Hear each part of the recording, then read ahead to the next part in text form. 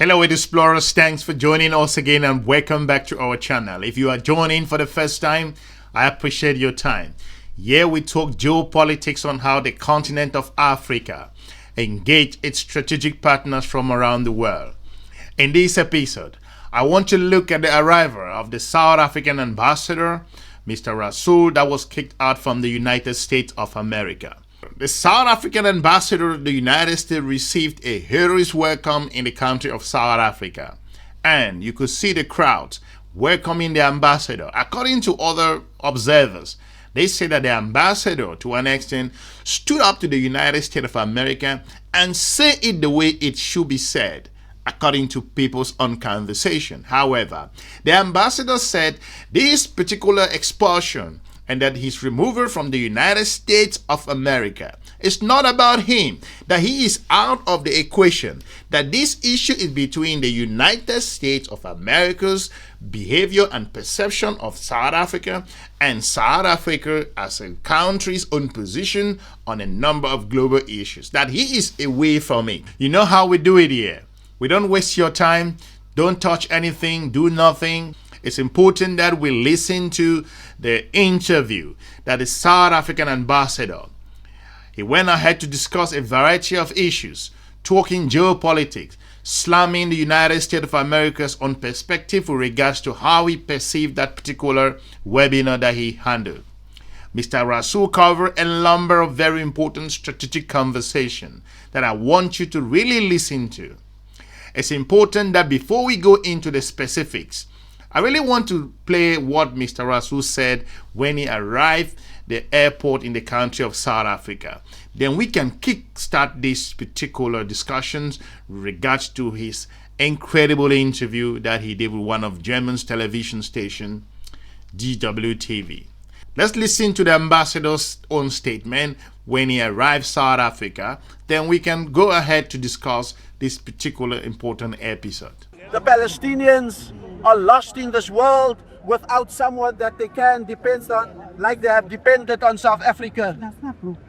We were in the airport in Doha, Rashida and I, and someone came up to us, saw the badge I was wearing, knew immediately that I was the ambassador who was declared a persona non grata.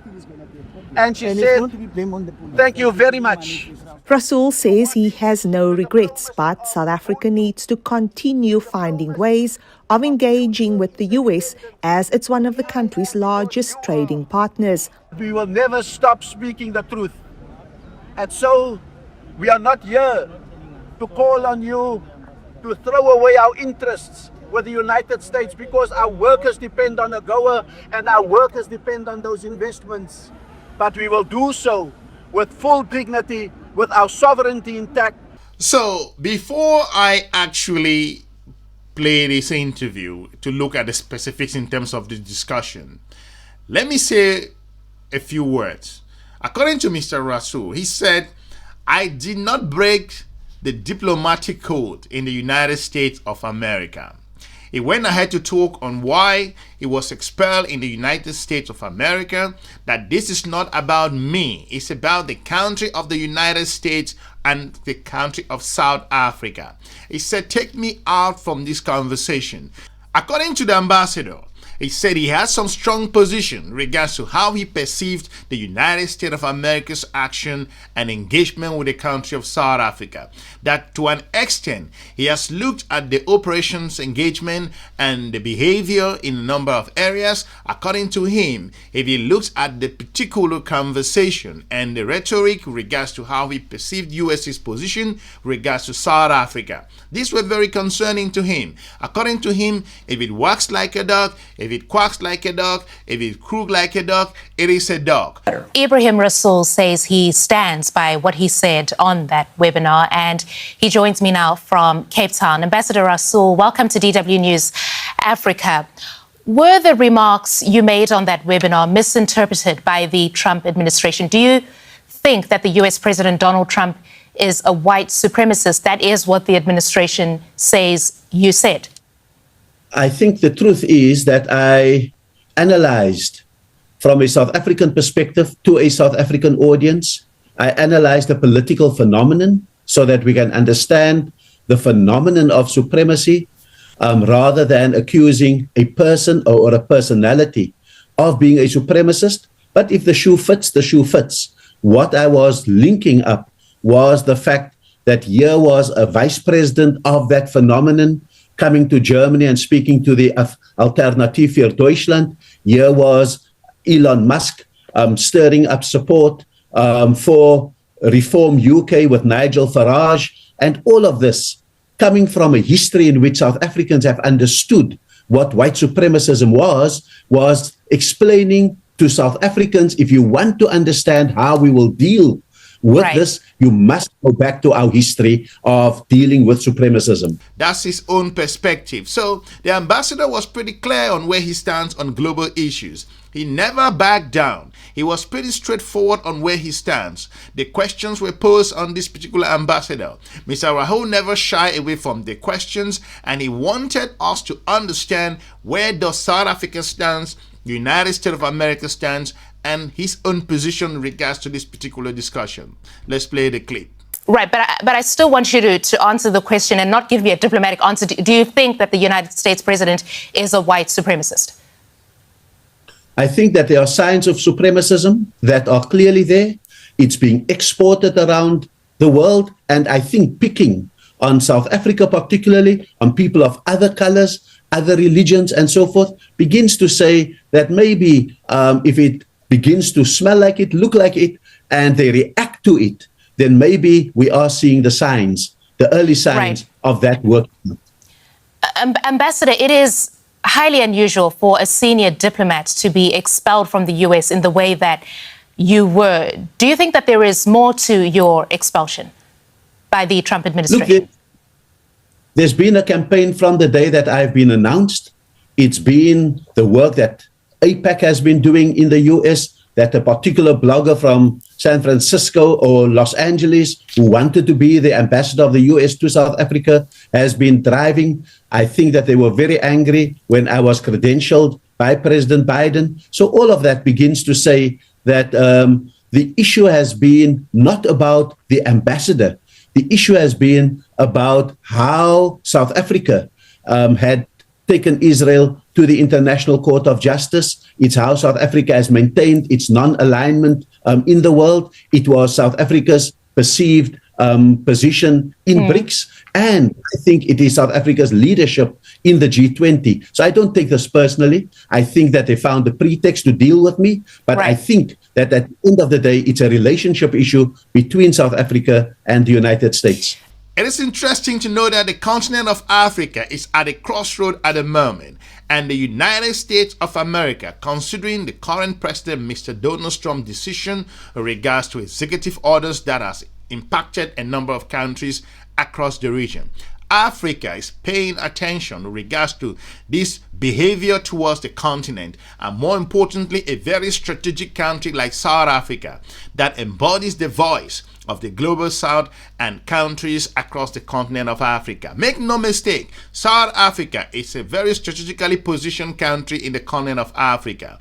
Dealing with South Africa in this manner of back and forth, push me, I push you, African countries are observing very closely. And that's the reason why we see behaviors coming from the Sahel and other countries across the region that perceive the United States of America's approach with the continent of Africa. Africans are taking this relationship with a grain of salt. If you consider Egypt's position, considering Gaza's issue, how the country of Egypt has been pushed back and forth, the question here is, does it mean that African ambassadors cannot speak in the United States of America? That's the question. So Mr. Rahul went back into this discussion and elaborate a little bit more. Let's listen to that.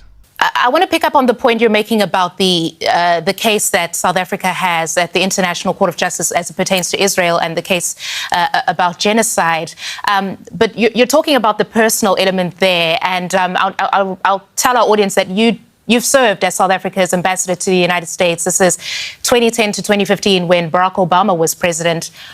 But when Cyril Ramaphosa said that this is part of the reason he was reappointing you to the role now, many in South Africa questioned the wisdom of that decision, with some predicting it would end badly. Now, given how things have played out, were the critics right? I think that there was very clearly a set of networks that they feared I would be able to utilize to get the relationship back on track. There were clearly people who did not want the relationship back on track. I'm not the reason that they people did in not South even Africa? take a. I think it's a very few in South Africa who believed that there would be a problem. I think that they were plugged in, and that's why, for example, you had delegations coming over to agitate about it. You had this regular attack on me. But at the end of the day, it was me, or it would have been someone else. They would have tried to sanction the ANC leadership. They kicked us out of PEPFAR. They kicked us out of USAID funding. That's nothing to do with me. That had been pre-planned. That was part of the executive orders from day one. But so I think that they would like to personalize it, but I think that they're missing the point of the bigger punishment that South Africa has been subjected to. But then, Ambassador, did you hand it to them because political analysts, some of them at least, feel that your comments were ill-considered and undiplomatic? Did you essentially break the diplomatic code? I don't think that any diplomatic code was broken. I think if you look at what some of Mr. Trump's inner circle said about him, about the robustness of Mr. Trump's own engagement, analyzing a political phenomenon so that your country can fit in with the requirements of that is the job of an ambassador. And so we smiled through the lies about the white genocide. We smiled through the taking away of 8 billion worth of aid and so forth. We used all the conventional diplomacy, but when we needed to understand it and we needed to say, see it within this framework, this phenomenon that is at work, then I think all the sensitivities were riled up. I don't think that the sensitivities about what I said had anything to do with the actions that were already taken against South Africa and the partialness that was displayed towards a small, very beneficial white community in South Africa.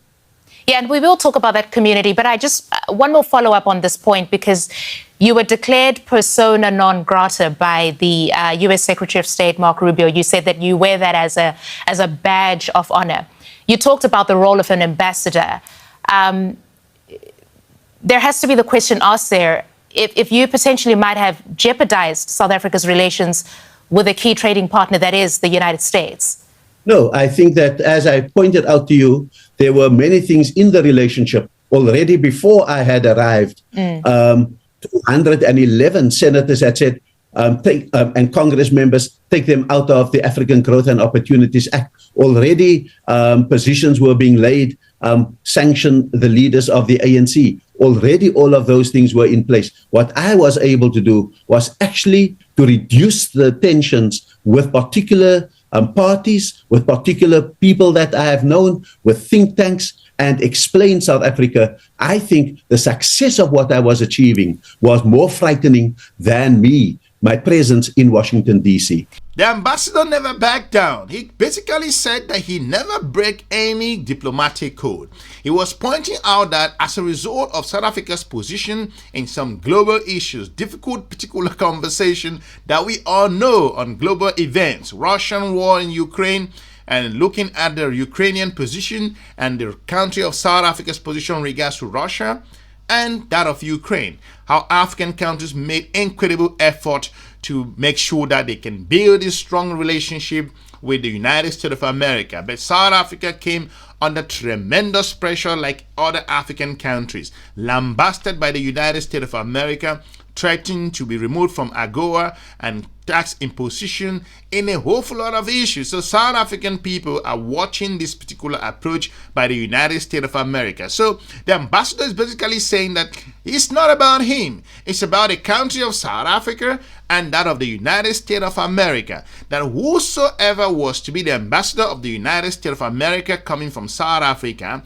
representing the country of South Africa, would have faced the same fate. So it's pretty clear on where the ambassadors stand on this issue. Like I said, geopolitics have some difficulties involved that countries do not say in the public, that are being dealt in between.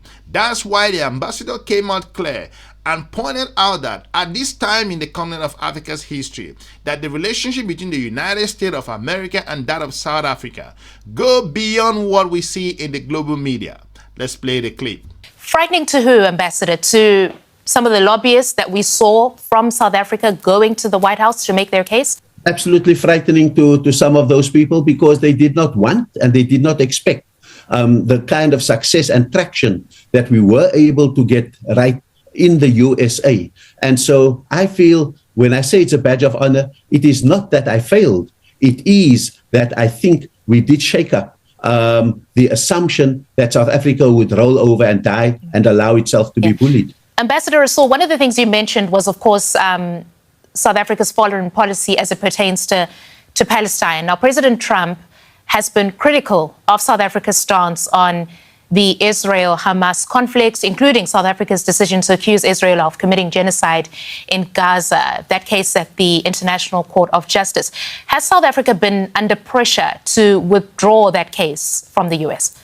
It's been a daily pressure from before we even considered it. It's been heightened as each step went by its way. So, you know, as a South African, when you've lived through the Sharpeville massacre, the Soweto massacre, and everything tells you that what are the signs of a massacre and what are the road to a genocide, then South Africa acts on the very finest principles that people like Nelson Mandela taught us. And so we knew that that was going to be a sticky point, but we also knew that that was a non-negotiable in our relationship with the United States of America. And I think that if you do get declared persona non grata for standing for that, not yielding to it, not negotiating it, but saying this is a non-negotiable, let's negotiate everything else, and you stand by that, then I think South Africa is ready to understand the implications of its decision. And if we were not in the ICJ, I think the impunity against the Palestinians would be worse.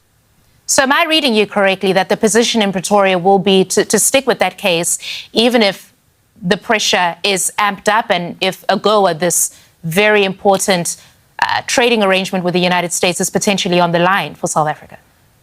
I think South Africans have a capacity for sacrifice on fundamental human rights. That's our history.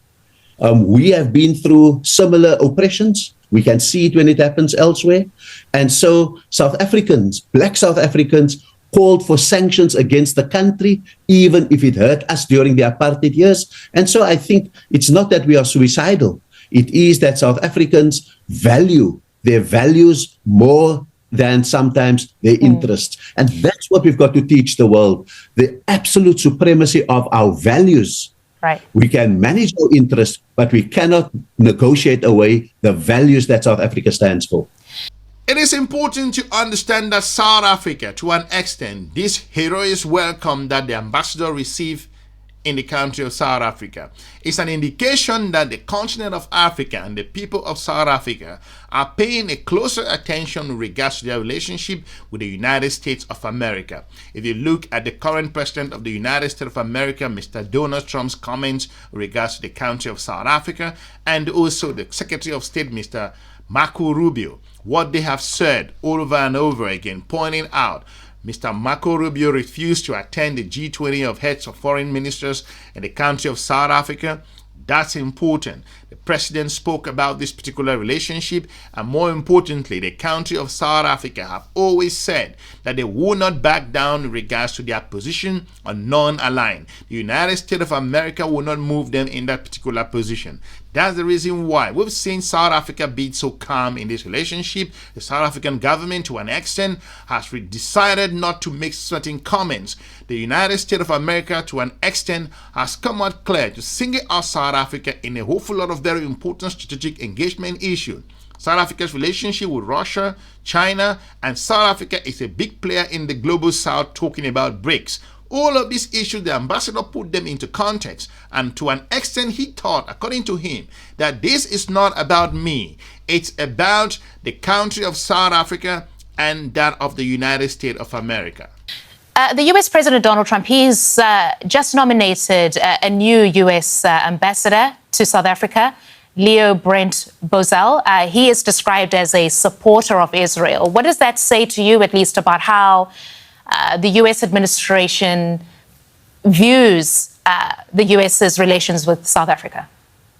Look, I think that clearly it's the Israel issue, and so maybe that is, I don't know the ambassador personally, that is, or the designated ambassador. I don't know him personally, so it's too early to prejudge him. I won't do to him what they did to me.